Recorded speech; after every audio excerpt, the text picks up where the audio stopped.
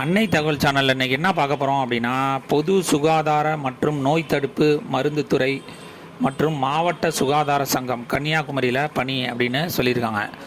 என்னென்ன போஸ்டிங் அப்படின்னா, Ayush medical officer Unani, multi purpose worker, program manager, pharmacist Siddha, data assistant, Ayushman consultant, therapeutic assistant, program administrative assistant, pharmacist, allopathy போஸ்ட்டுக்கு call for பண்ணியிருக்காங்க. First Ayush medical officer யுனானிக்கு starting salary 34,000 கொடுக்குறாங்க. BUMS முடித்தவங்க இதுக்கு விண்ணப்பிக்கலாம் அப்படின்னு சொல்லியிருக்காங்க. எங்கே முடிச்சிருக்கணும் அப்படின்னா, ரிஜிஸ்ட்ரேஷன் வித் ரெஸ்பெக்டிவ் போர்டு அல்லது council of state such as Tamil Nadu board of Indian medicine அல்லது டிஎஸ்எம்சி அல்லது டிஎன்ஹெச்எம்சியில் முடித்தவங்க இதுக்கு விண்ணப்பிக்கலாம் அப்படின்னு சொல்லியிருக்காங்க.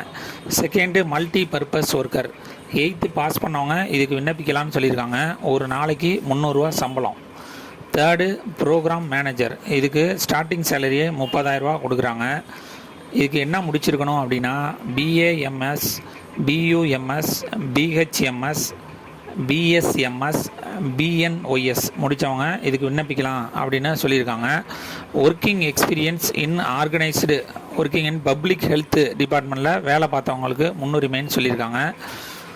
அதை தவிர social sector scheme, mission of government at national, state and district லெவலில் ஒர்க் பண்ணவங்க, about knowledge of computer, MS Office, MS Word, MS PowerPoint, MS எக்ஸலில் முடித்தவங்களுக்கு முன்னுரிமை அப்படின்னு சொல்லியிருக்காங்க. ஃபோர்த்து ஃபார்மசிஸ்ட் சித்தா, இதுக்கு ஸ்டார்டிங் சேலரி 22,500 கொடுக்குறேன்னு சொல்லியிருக்காங்க. டிப்ளமோ இன் இன்டகிரேட்டட் ஃபார்மசி முடித்தவங்க இதுக்கு விண்ணப்பிக்கலாம். அஞ்சாவது டேட்டா அசிஸ்டண்ட், இதுக்கு ஸ்டார்டிங் சேலரி 15,000 கொடுக்குறேன்னு சொல்லியிருக்காங்க.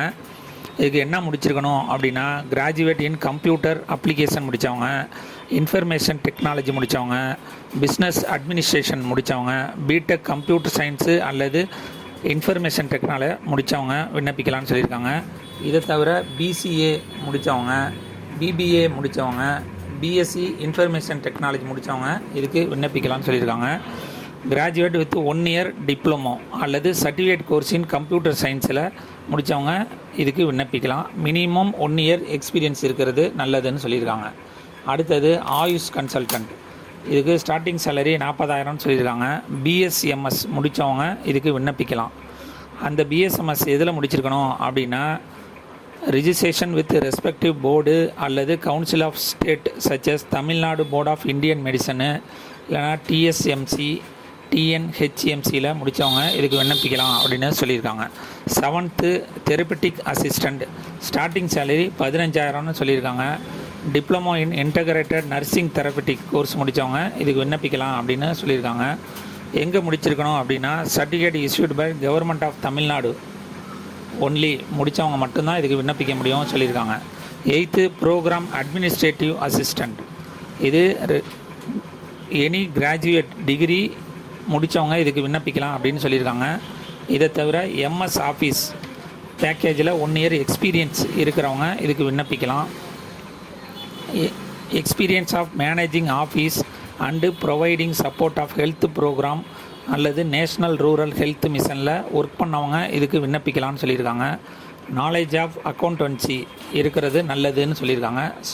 இதுக்கு சேலரி 12,000 சொல்லியிருக்காங்க. 9th ஃபார்மசிஸ்ட் அலோபதி, இதுக்கு 12வது முடித்தவங்க வித் சயின்ஸ் குரூப்பில் முடித்தவங்க விண்ணப்பிக்கலாம்னு சொல்லியிருக்காங்க.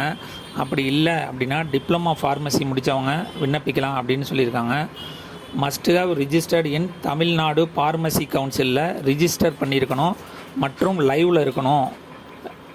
ஏஜ்டு பர்சனாக இருந்தாங்கன்னா ரினியூவல் பண்ணதை லைவில் இருக்கணும்னு சொல்லியிருக்காங்க. இதுக்கு ஸ்டார்டிங் சேலரி 15,000 சொல்லியிருக்காங்க. வயது வரம்பு என்ன அப்படின்னா, ஓசிக்கு 18லேருந்து 32 வயசு வரலும் இருக்கிறவங்க இதுக்கு விண்ணப்பிக்கலாம் அப்படின்னு சொல்லியிருக்காங்க. பிசி எம்பிசிக்கு 18லேருந்து 34 வயசு இருக்கிறவங்க வரலும் விண்ணப்பிக்கலாம் அப்படின்னு சொல்லியிருக்காங்க. எஸ்சி எஸ்டிக்கு 18லேருந்து 37 வயசு இருக்கிறவங்க வரலும் விண்ணப்பிக்கலாம்னு சொல்லியிருக்காங்க.